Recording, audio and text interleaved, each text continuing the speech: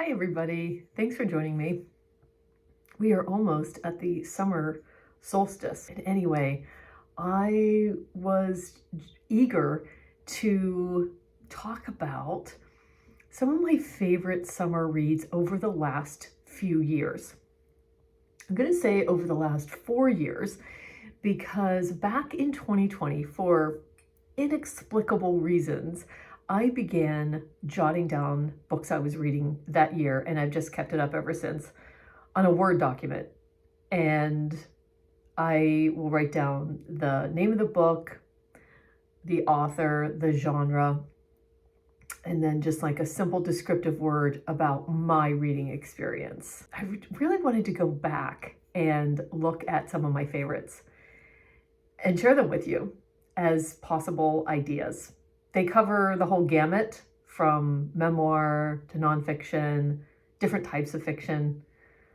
And I don't know about you, but something about reading in summer, maybe it goes back to when we were off of school and summer reading was such a treat, at least for me. I was and am a big library goer, and I certainly was back then. My mom would take me to the library. It seemed like every week, I don't know. And I would either just get out a whole bunch of books that I remember reading, or I would be working my way through a series like Encyclopedia Brown, Agatha Christie, or I would own a book like a mass market little paperback, and I would be reading that, and I remember those experiences. So of all the seasons, I think summer to me has a certain feeling. The reading has a certain feeling. And I don't know that I gravitate towards certain books, but I remember the reading experience of them a lot more, and I tie it to the season of summer. We'll get into it. Maybe that'll make sense as we go through my list. All right. Now, a couple of these books I read a few years ago, so I had to look them up. I have my monitor here, and I have some book descriptions open on the monitor so that I'm able to share a little bit about them in addition to my own memory. Okay, the first genre is memoir, and one of my favorite memoirs that I've read in the last 4.5 years or so was Between Two Kingdoms, a memoir of life interrupted by Suleika Jaouad, and apologies for the pronunciation if it's wrong, but Suleika Jaouad was 23 when this story starts, or her own true story starts in this book, and she was out of college and wanting to become a journalist, or maybe had started a journalist job when she was diagnosed with leukemia. And she then went on that journey in and out of the hospital. She had a bone marrow transplant at some point, and about 4 years of her life were taken up through this journey. When she was out of the hospital and not in treatment anymore, she had a really hard time picking up the pieces, as anyone can understand and imagine. And she decided, because she did have the journalist training and desire to do that work, she decided to go on a cross-country road trip in a van with her dog, and visit the people who had sent her letters or communicated in some way. I'm remembering that a lot of these people had their own cancer journey that they shared with her, or maybe they were going through something similar to her in those years. But she goes on this road trip and shares the experiences of meeting some of these people. And what happens is they give her back a sense of life and how to live a life after such a traumatic and all-encompassing thing has happened. How to think about her identity in a different way. I loved the first part of the story because it's so captivating and well written. And then the other part, which is her trip across the United States. Excellent. I still think about that book. The next one is a nonfiction. Before we get into the fiction, a nonfiction book that I really enjoyed for its way of taking us back in history to the turn of the 20th century, but also to a group of people that had their own culture and points of view. They were so anti-establishment, I guess you could say, that for that time, that it just blew my mind. I absolutely loved it. The book I'm talking about is Spellbound. Spellbound by Marcel.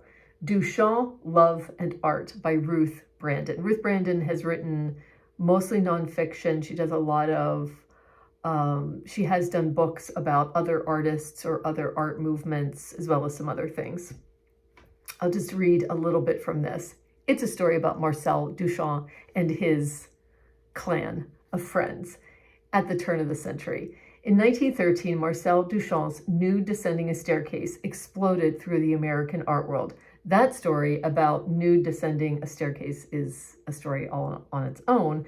This is the story of how he followed the painting to New York City 2 years later, enchanted the Ahrensburg Salon, so a group of art-loving, wealthy New Yorkers, and almost incidentally changed art forever.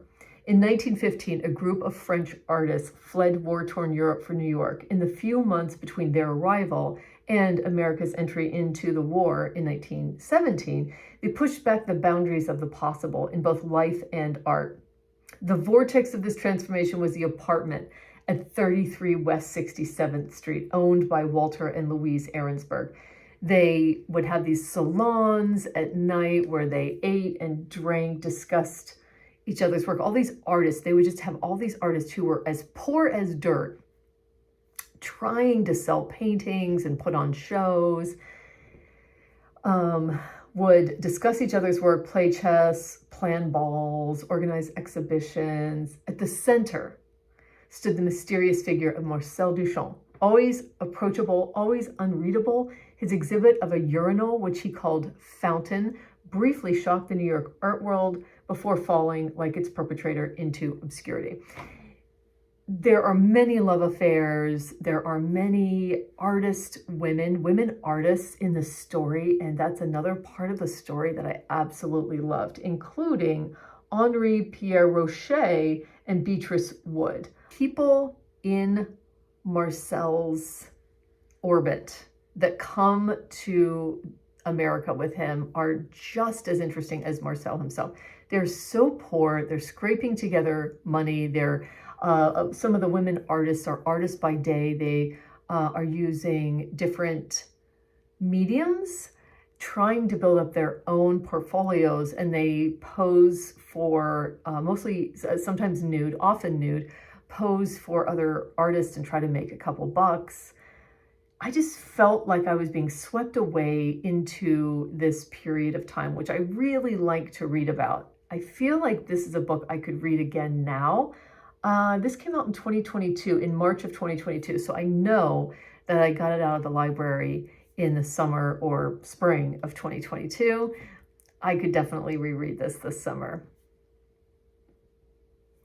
So moving on to fiction, I have a translated fiction on the list. I could have a ton of memoirs and nonfiction, translated fiction, and everything else, but I've really tried to narrow it down.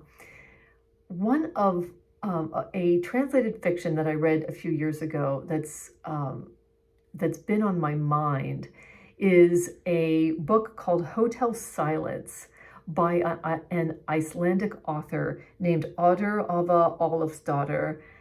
I heard about this on a book podcast back when the book came out, so a few years ago, 2021.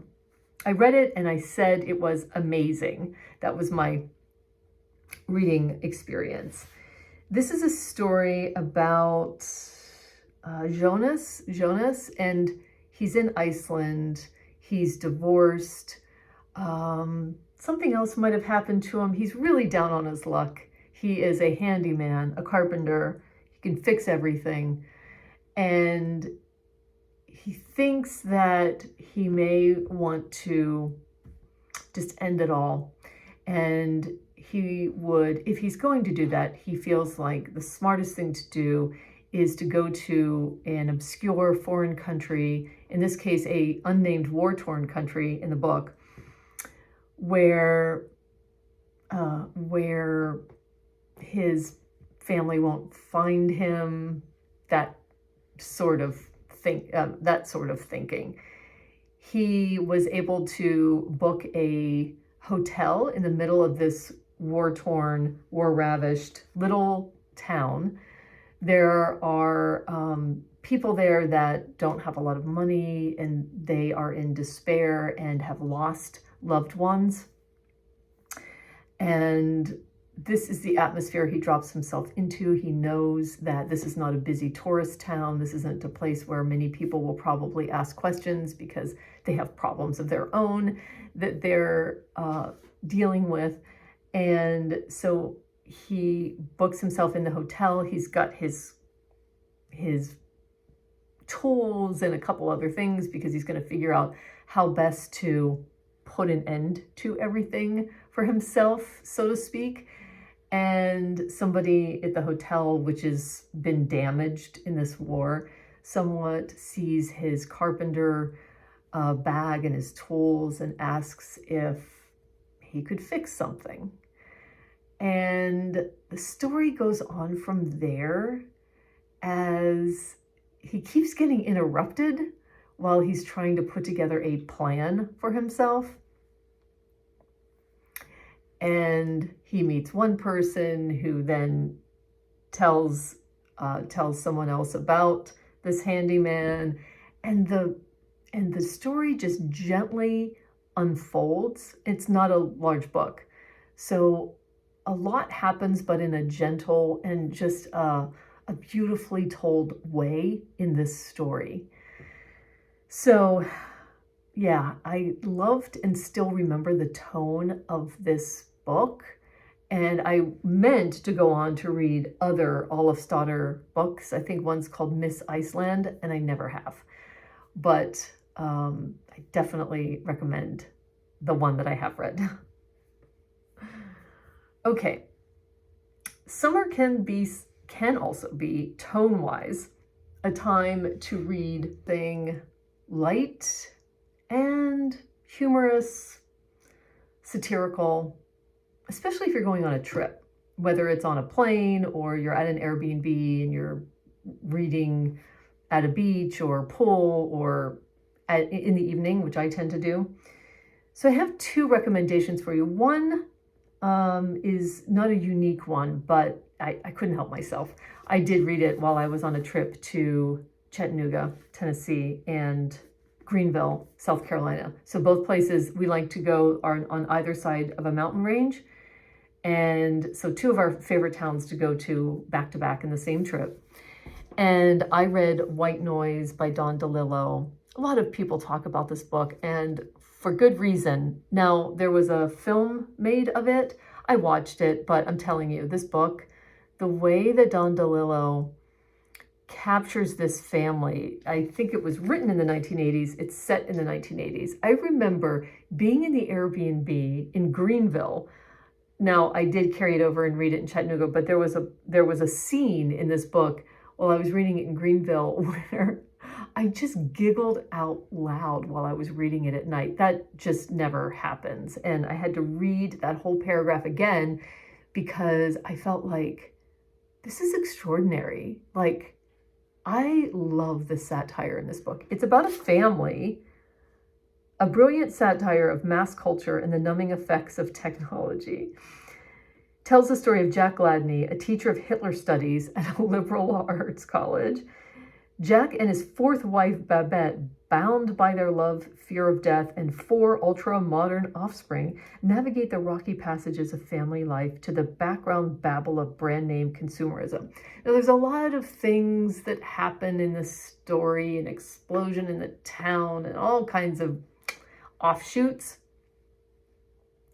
Think about them what you may, but the central cast of characters and their interactions is what made me fall in love with this story. I've wanted to read other Don DeLillos. I never have. This is like such a gem. But my other recommendation, which I don't have with me, is Now Is Not the Time to Panic by Kevin Wilson. This came out 2022. 16-year-old Frankie Budge. And isn't it fun sometimes to read like a teenage story with teenagers in the summer? I'm not really attracted to stories with teenagers, but I actually have 2 recommendations that have teenagers, and this is one of them, or at least young teenagers. This is a 16-year-old Frankie Budge, aspiring writer, indifferent student, offbeat loner, is determined to make it through yet another sad summer in Coalfield, Tennessee, when she meets Zeke, a talented artist who has just moved into his grandmother's unhappy house and who is as lonely and awkward as Frankie. That set up the dynamic for me immediately. Romantic and creative sparks begin to fly, and when the two jointly make an unsigned poster shot through with an enigmatic phrase, it becomes unforgettable to anyone who sees it. The poster begins appearing everywhere, and people wonder who is behind them. Satanists, kidnappers, the rumors won't stop, and soon the mystery has dangerous repercussions, and so on and so forth. The story then jumps ahead, or it starts 20 years later, and then you go into this time, this summer, where this thing happens with Zeke. So that was a cool aspect too, because you get to meet Frankie 20 years later. I loved this book. I really did. It was like the perfect summer read because it takes place in the summer, but then you have these 2 youths that don't fit in to society for some reason, or at least don't fit in with their peers or the popular kids, and I just so identify with that. Then I have what I'll call the female writer recommendations for summer. It was so hard to narrow these down. 2 of them have like a real tone of summer because they either happen in spring or summer. But I do want to mention one that's unlike either of those 2, but Return of the Soldier by Rebecca West. This is Rebecca West's first story. It's so small, but it packs such a punch. And maybe I'm bringing it up because it's so atmospheric. Because of its shortness, the characters are so well drawn. I loved the dialogue. This was my introduction to Rebecca West. I have another Rebecca West, I can't remember which one, that I would love to get to. It was such a great introduction to her.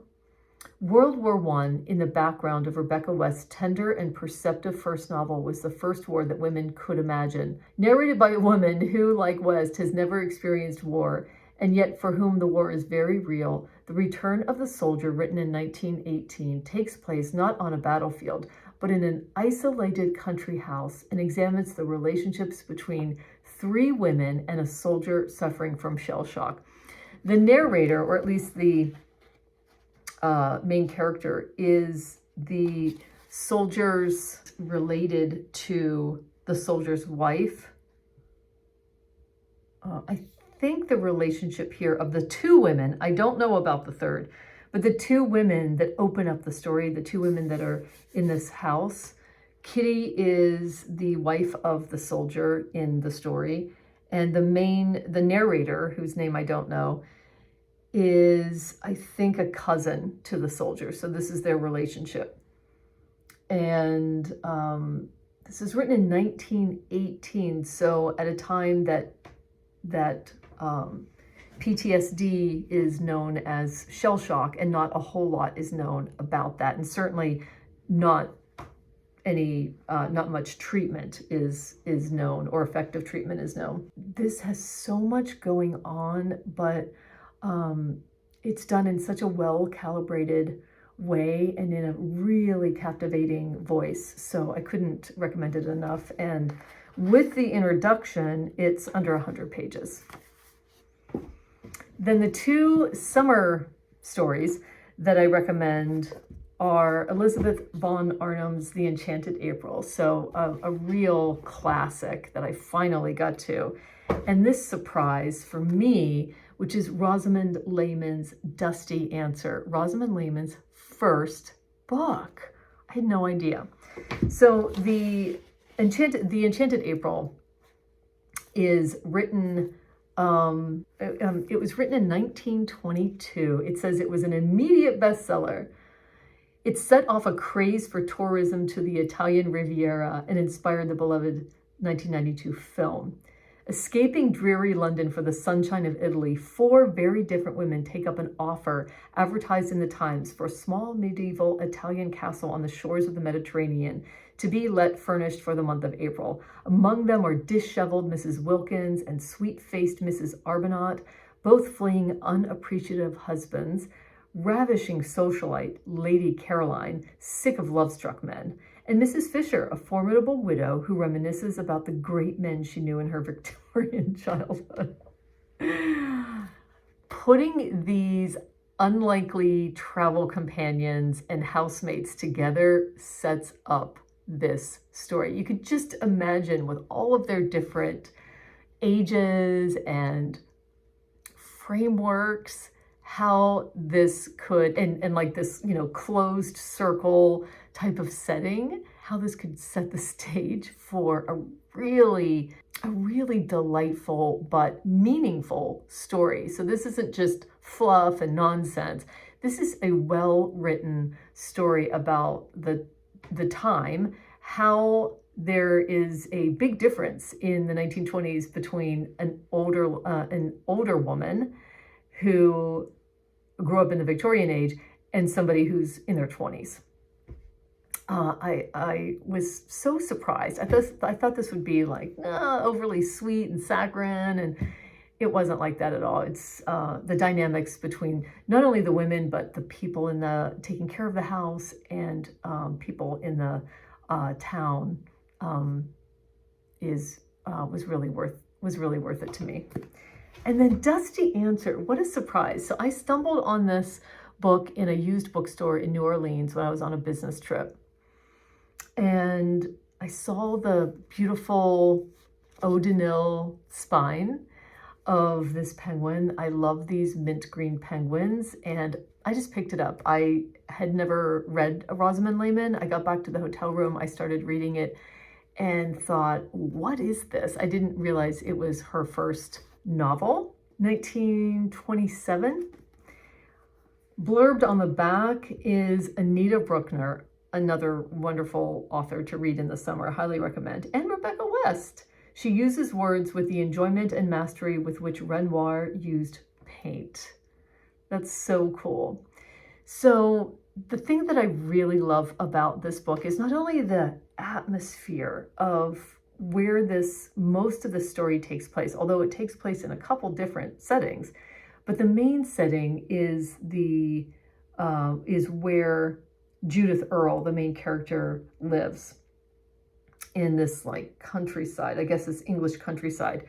And the family of cousins that live with their grandmother next door that Judith, has grown up with. I think there's cousins and then two of them are brothers. And they shared a governess, I think, and they had a lot of interaction with each other off and on, and certainly spent summers together.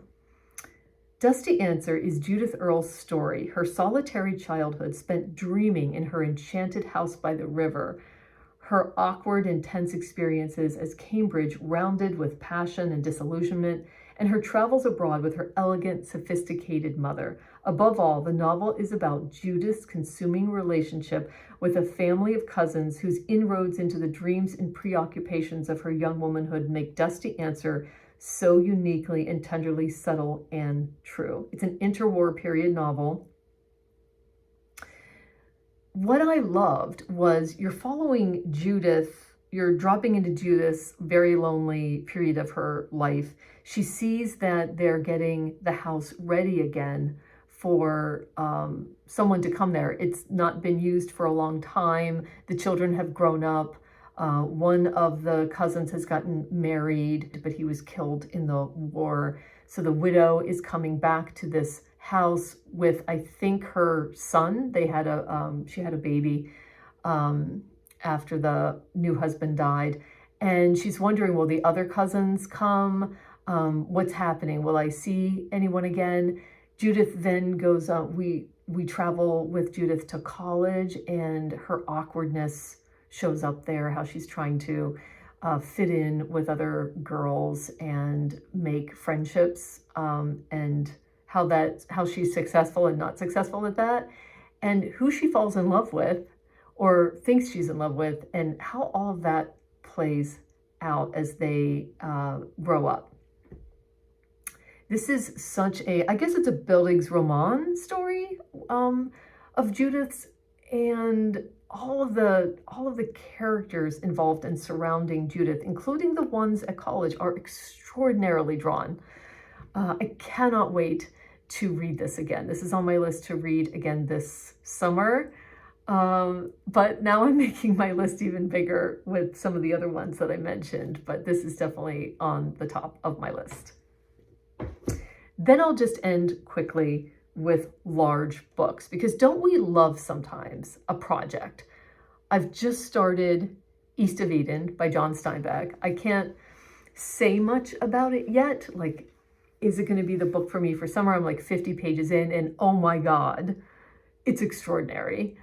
I think if it is going to be the book I stick with for summer, I'm going to have to buy a used copy because I have one out from the library, and it's a beast.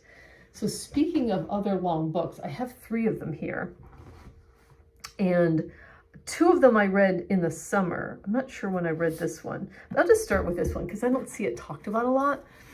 And it's Hanya Yanagahara's To Paradise. I think I read this right before I started my BookTube channel, so I wasn't watching BookTube. I didn't know BookTube even existed at the time. I know, crazy. Yeah, published in 2022. So this was, I think I read this in the beginning of the year of 2022, and then I started my BookTube channel in October of 2022, I think. This is the author of the very famous A Little Life. And this book is like a triptych that circles around a beautiful townhouse in Washington Square, New York City. People who are living in this townhouse. It uses alternative worlds, but not in a way that I felt like it was sci-fi at all. In an alternate version of 1893 America, New York is part of the free states where people may live and love whomever they please, or so it seems.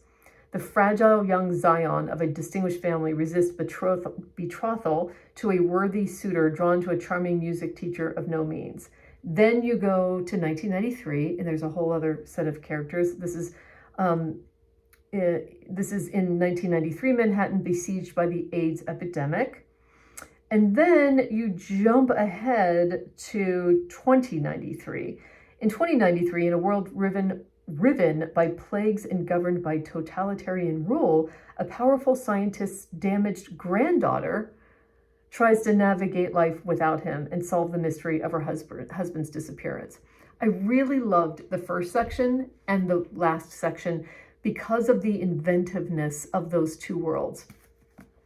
And I didn't feel like it was too difficult to figure them out, especially the first section. In 2093, this is, I'm reading this during the pandemic, and boy, it really hit home. It was really interesting to be reading it during the pandemic. But yeah, this, I don't know how this book played out on BookTube or how it was recommended or not recommended or talked about, because I wasn't watching BookTube at the time, but I really remember my experience with it. Really interesting. And then I read Middlemarch like 2 years ago during the summer. I took this on a climbing trip with me. So I remember having this book at Seneca Rocks, West Virginia. And this is such a fun book to sink your teeth into. It doesn't have like super heavy subject matters the way that I feel like maybe East of Eden's going to have. I mean, it's just a rough life in the West during that time in California. George Eliot's nuanced and moving novel is a masterly evocation of connected lives, changing fortunes, and human frailties in a provincial community called Middlemarch, I think. Peopling its landscape are Dorothea Brooke, a young idealist whose search for intellectual fulfillment leads her into a disastrous marriage to the pedantic scholar Casaubon.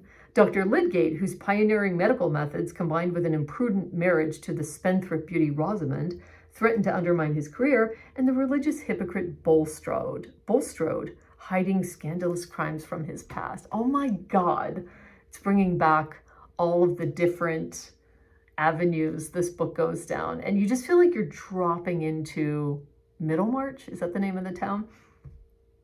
You're just dropping in. And every chapter, you just didn't know which set of characters you were going to be reading about or reading for the first time. And then when they interacted with each other, that was really cool too. So I couldn't recommend this enough. One more, Donna Tartt's The Little Friend. Talk about a summer setting, steamy, deep south. 12-year-old Harriet is doing her best to grow up, which is not easy as her mother is permanently on medication. Her father has silently moved to another city, and her serene sister rarely notices anything. All of them are still suffering from the shocking and mysterious death of her brother, Robin, 12 years earlier. Very sad part of the story. And it seems to Harriet, darling Harriet, that the family may never recover. So inspired by Captain Scott, Houdini, and Robert Louis Stevenson, she sets out with her only friend, Helly, to find Robin's murderer and punish him. But what starts out as a child's game soon becomes a dark and dangerous journey. Underworld, small Mississippi. There's a sticker on it. I can't read it. But yeah, Deep South story. I read this, I think maybe in the summer. I know I took this to Colorado with me, so that would have been in September. So I probably started this before I left, maybe in August. And